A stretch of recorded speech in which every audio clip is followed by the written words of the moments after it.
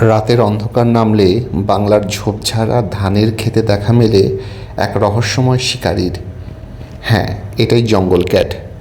বহুদিন ধরে যাকে খুঁজছিলাম, অবশেষে তার দেখা পেলাম, কয়েকটি বাচ্চাসহ।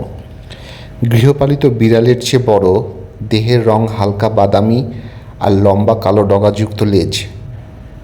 জঙ্গল ক্যাট সাধারণত একা থাকে।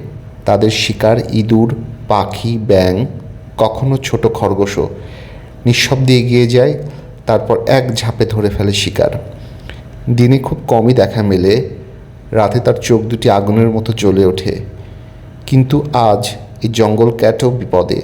বন ধ্বংস, চাষের জমি সম্প্রসারণ আর মানুষের ভয়, সব মিলিয়ে ধীরে ধীরে হারিয়ে যাচ্ছে এক সময়ের প্রচলিত প্রজাতিটি।